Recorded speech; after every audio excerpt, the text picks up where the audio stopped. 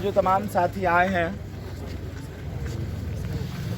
जिनके social media पर, जिनके फेसबुक पर ये खबर आ रही है कि हमारे अपने मुल्क में, उत्तर प्रदेश में, उसका एक जगह है संभल, जहाँ पे पुलिस की गोली से, जहाँ उत्तर प्रदेश पुलिस की गोली से 3, वो संख्या बढ़ के 5 हो गई, 5 नौजवानों की सरेआम हत्या कर दी गई।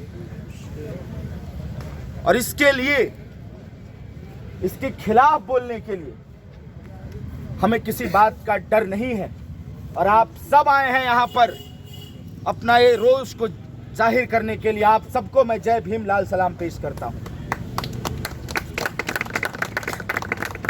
साथियों, पूरे देश भर में ये जो सरकार तीसरी बार चुनकर आई और उत्तर प्रदेश में जिस तरह का माहौल बनाया जा रहा है कि मुसलमानों को किस तरह से दोयम दर्जे का नागरिक बनाने की एक कोशिश किया भी जा रहा है, उसके साथ साथ मुसलमानों के छाती पर पैर रखकर राजनीति करने की भी खुलेआम कोशिश चल रही है और वो कर भी रहे हैं। हुआ क्या संभल में, आप जानिए कि एक दिन में अदालत कह देती है कि जहाँ पे सैकड़ों साल पुराना एक जामा मस्जिद है, जहाँ पे लोग इबादत करते हैं, जहाँ पे लोग जाते हैं, मुसलमान जाते हैं, उस जगह को कह दिया जाता है कि इसको सर्वे किया जाए। एक दिन कोई पीआईएल डालता है और कह दिया जाता है कि इसके नीचे शायद कोई मंदिर होगा, तो इसको सर्वे करके पता कर लिया जाए कि इसमें क्या है। और एक बार हो भी जाता है और उसमें कुछ नहीं निकलता है, और उसके साथ ये किसी तरह से भड़क वहां पे आग नहीं लगती है, तो इनको इस बात का लगता है कि कैसे इतनी आसानी से हो गया। तो दूसरी बार फिर जाते हैं। वो जो वकील है, जो संघी वकील विष्णु जैन, वो जाता है, उसके साथ कई लंपट, कई गुंडे जय श्री राम के नारे लगाते हुए जाते हैं और पुलिस के संरक्षण में वो जा रहे होते। पुलिस उनके आगे दाएं बाएं खड़े रहती है और चलते रहती है, नारे लगते रहते हैं और हिंसा भड़काने की पूरी कोशिश वहां पे की जा रही होती है। दूसरी बार हो जाते हैं कि आज इस मस्जिद के नीचे से कुछ निकाल ही लेना है हमें। कल आप कहीं भी किसी के घर में, मेरे ही घर में आप कल बोल दें कि इसके नीचे कुछ रखा हुआ है बहुत पुराना, कृष्ण के और राम के समय का, जो कि कोई समय हमें नहीं मालूम है ना आपको मालूम है, तो ये कह के हमारा घर तोड़ देंगे, आपका घर तोड़ देंगे। अरे पूरी कोशिश के साथ है। एक हमारे सामने तोड़ा भी गया, उसके जगह पे अपनी राजनीति चमकाने के लिए दूसरी एक मंदिर का निर्माण भी हो गया।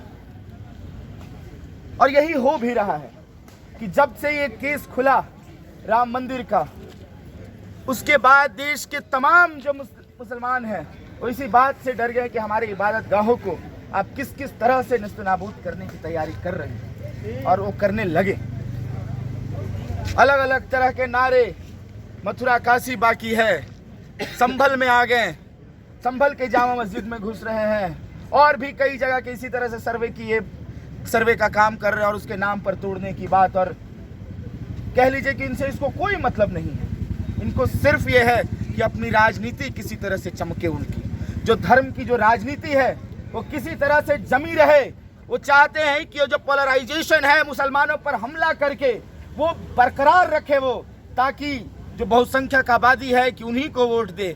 तो मुगालते में है, इस देश का हिंदू भी आज उसके खिलाफ है, क्योंकि इस देश का तमाम नागरिक जो किसी भी धर्म से आता हो वो सबसे पहले संविधान को मानता है, और इस संविधान ही उसको बचाता भी है। संविधान को बचाने की लड़ाई भी उसकी है, और यही हो रहा है। आज जानिए ना कि वो किसको गोली मार रहे हैं। वो बहुत कम उम्र के लोग हैं, जो छात्र हैं। हम लोग ये गीत गाते हैं, किसका लहू है कौन मरा, या रहबर मुल्क को कौम बता।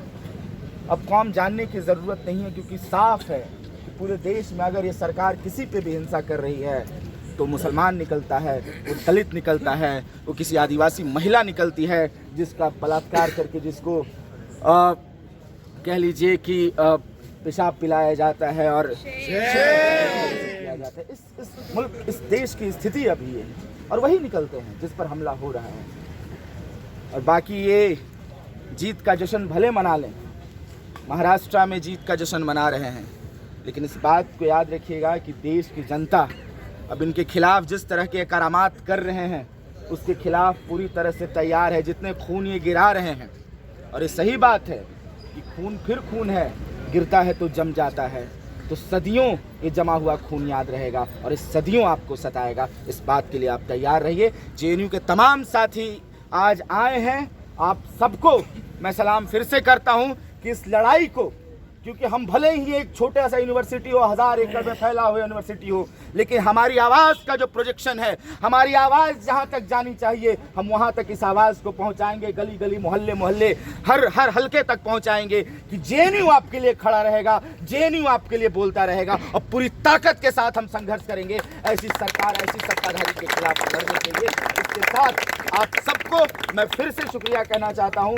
और आगे का जो भी कार्रवाई होगा आपके ग्रुप्स में आएगा, हम इत्तला करेंगे कि इस आंदोलन को हमें रोकना नहीं है, क्योंकि अब बहुत हो गया है, अब हमने बहुत बर्दाश्त कर लिया है, लेकिन अब इस तरह का हमला, इस तरह का हत्या अब हमसे बर्दाश्त नहीं होगा। आप आए, शुक्रिया। इनकलाब जिंदाबाद।